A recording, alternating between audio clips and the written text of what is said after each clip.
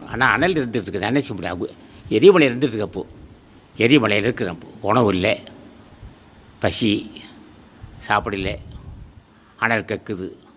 ஆனால் இந்த நிலைமையில் எப்படி பேசுறது? ஆனால் உலக நன்மைக்கு தான் வந்திருக்கேன் நான். ஏன்னா என் உலக நன்மைக்கு வந்திருக்கேன், என் முடிவு போட்டு நடிச்சிருக்கேன் நான்.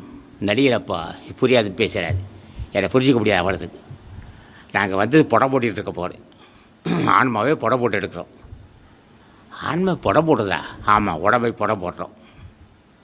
எதுக்கு புடம் போடுறேன்னா, வென்றேன் காமத்தை, கொன்றேன் கோபத்தை, தின்றேன் முன் செய்த வினையை, நின்றேன் உறுதியாக.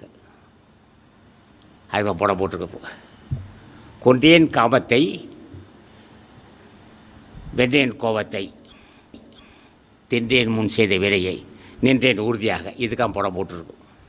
இதுக்கு புடம் போட்டிருக்கப்போ. ஆகவே எதிர்பாருங்கள் மக்களே. இப்போ வேண்டுகோள் இது உலக மக்களுக்கு. இந்த அகத்திய சிரம சங்கம் செயல்பட போகுது. அதுவும் உலக மக்களை காப்பாற்ற போகுது இந்த சங்கம். உலக மக்களை காப்பாற்றுவதற்காக அமைக்கப்பட்டது சங்கம். ஆகவே நீங்கள்லாம் மாலை ஒன்று வாழ்த்தி முடிக்கிற வணக்கம் பிடிச்சி. ஒன்றும் முடியல, ஆச்சு தகிக்குது. பசி, ஒரு வருஷம் பசி பசி பசி. அப்போ தான் பசியை பொறுத்து உணரணும். பசி பசி. நீங்கள்லாம் குஷியாக இருக்கீங்க, நான் பசியாகவும் பிஸியாகவும் இருக்கேன். ஆச்சு வா.